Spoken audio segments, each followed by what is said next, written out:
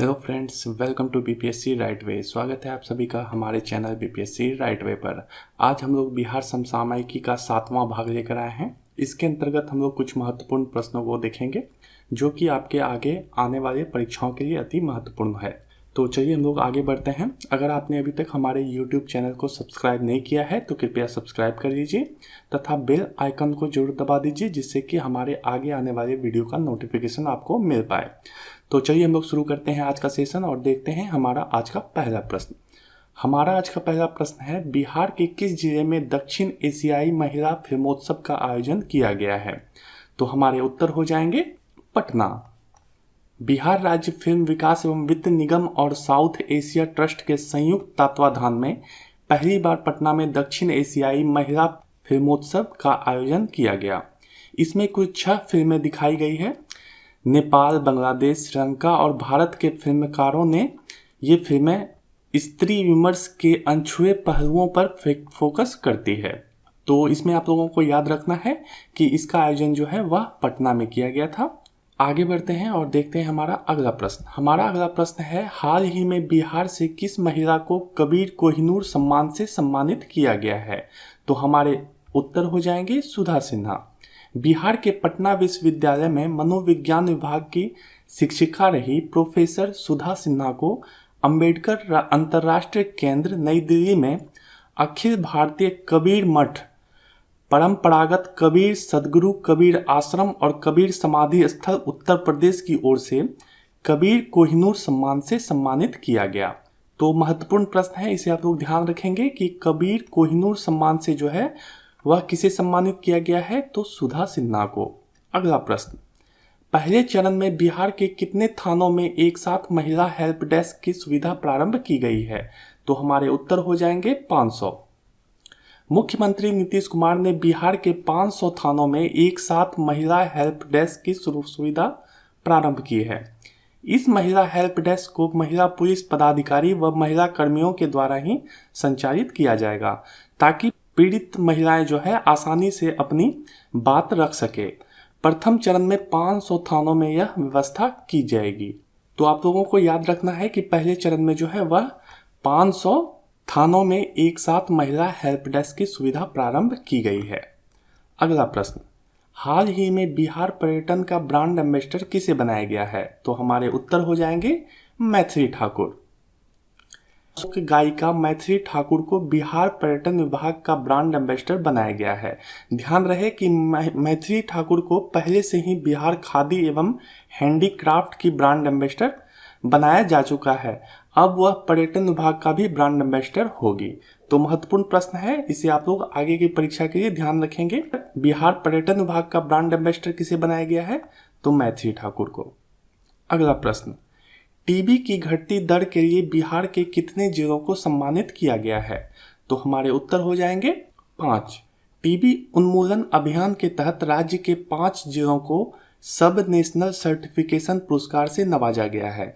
ये 5 जिले कौन कौन हैं? तो वह है मुजफ्फरपुर, समस्तीपुर, सिवान, सारण एवं पूर्णिया। टीबी उन्मूलन अभियान में जिन जिलों में 2015 के सापेक्ष टीबी मरीजों की संख्या में सबसे ज्यादा कमी आई, उन्हें यह पुरस्कार दिया गया है। तो आप लोग ध्यान रखेंगे, टीबी की घटती दर के लिए बिहार के कितने जिलों को सम्मानित किया गया है? तो वो किया गया है 5। अगला प्रश्न, छठे फेडरेशन कप वुशु चैंपियनशिप में बिहार से किसने जो है स्वर्ण पदक जीता है? तो इसके उत्तर हो जाएंगे उपर्युक्त दोनों, यानी कि अंशु कुमारी और पंकज सिंह, दोनों को जो है स्वर्ण पदक मिला है। इस फेडरेशन कप चैंपियनशिप में भारत के कुल 28 राज्यों से लगभग 450 प्रतिनिधियों ने जो है भाग लिया था। बिहार वुशु फेडरेशन की अंशु कुमारी और पंजाब लवली प्रोफेशनल यूनिवर्सिटी के पंकज कुमार सिंह ने 6वीं फेडरेशन कप वुशु चैंपियनशिप में स्वर्ण पदक जीता। अगला प्रश्न, फार्मेसी प्रैक्टिस रेगुलेशन को लागू करने वाला बिहार देश का कौन सा जिला बन गया है? तो हमारे उत्तर हो जाएंगे चौथा। स्वास्थ्य विभाग की ओर से हाल ही में फार्मेसी प्रैक्टिस रेगुलेशन 2015 और संशोधन 2021 के सभी प्रावधान का अनुपालन सुनिश्चित करने का आदेश जारी किया गया है। यह कानून अब देश के 3 राज्यों यानी कि केरल, कर्नाटक और दिल्ली में लागू है। यह रेगुलेशन भारत के राजपत्र में 16 जनवरी 2015 को ही अधिसूचित किया गया था। तो यह लागू करने वाला जो है बिहार चौथा होगा। और इससे पहले कहाँ कहाँ लागू हुआ है, तो वह है केरल, कर्नाटक और नई दिल्ली। अगला प्रश्न, हाल ही में बिहार सरकार ने किस एक निकाय को स्वतंत्र संस्था के रूप में कानूनी मान्यता प्रदान किया है? तो हमारे उत्तर हो जाएंगे बिहार राज्य खेल प्राधिकरण। बिहार सरकार के द्वारा बिहार राज्य खेल प्राधिकरण को आधिकारिक तौर पर एक स्वायत्त एजेंसी के रूप में मान्यता दी है, जो खेल और एथलीटों के विकास के लिए समर्पित है। बिहार राज्य खेल परिषद का पुनर्गठन बिहार खेल अधिनियम 2013 के तहत किया गया है और अब यह एक स्वतंत्र संगठन है। 31 जुलाई 1986 को बनाई गई इस संस्था को भारत की राज्य और संघीय सरकार दोनों से वित्तीय सहायता मिलती है। तो महत्वपूर्ण प्रश्न है, इसे आप लोग ध्यान रखेंगे कि जो है बिहार सरकार ने किस एक निकाय को अभी हाल ही में स्वतंत्र संस्था के रूप में कानूनी मान्यता दी है, तो वह है बिहार राज्य खेल प्राधिकरण। अगला प्रश्न, हाल ही में आयोजित 36वीं राष्ट्रीय सब जूनियर ताइक्वांडो चैंपियनशिप किस राज्य ने जीता है? तो हमारे उत्तर हो जाएंगे बिहार। उड़ीसा के जेएन इंडोर स्टेडियम में 36वीं राष्ट्रीय सब जूनियर ताइक्वांडो चैंपियनशिप आयोजित की गई थी। इस प्रतियोगिता का विजेता जो है बिहार राज्य रहा, जिसे कुल 8 पदक प्राप्त हुए। ताइक्वांडो फेडरेशन ऑफ इंडिया के तत्वावधान में आयोजित इस प्रतियोगिता में भारत भर में सब जूनियर एथलीटों ने हिस्सा लिया था। तो आप लोग ध्यान रखेंगे कि इसका जो आयोजन है वह किया गया था उड़ीसा में और इसमें बिहार ओवरऑल विजयी रहा था।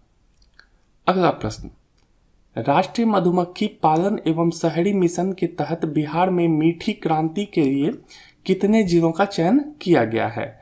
तो हमारे उत्तर हो जाएंगे 17। बिहार में मीठी क्रांति यानी कि शहद उत्पादन को बढ़ावा देने के लिए केंद्र सरकार ने 17 जिलों का चयन किया है। बिहार में औरंगाबाद, भागलपुर, भोजपुर, दरभंगा, पूर्वी चंपारण, पश्चिम चंपारण, जमुई, किशनगंज, मधुबनी, मुजफ्फरपुर, पटना, पूर्णिया, रोहतास, समस्तीपुर, सारण, सीतामढ़ी और वैशाली जिलों का इसके तहत जो है चयन किया गया है। यहाँ हनी मिशन यानी कि मीठी क्रांति की सफलता के लिए केंद्र और राज्य सरकार संयुक्त रूप से काम करेगी। तो महत्वपूर्ण प्रश्न है, इसे आप लोग ध्यान रखेंगे कि कितने जिलों का चयन इसके तहत किया गया है, यानी कि मीठी क्रांति के लिए कितने जिलों का चयन किया गया है, तो वह किया गया है 17। तो यह थे हमारे आज के बिहार से संबंधित कुछ महत्वपूर्ण समसामयिकी जो कि आपके आगामी परीक्षा के लिए महत्वपूर्ण हो सकते हैं।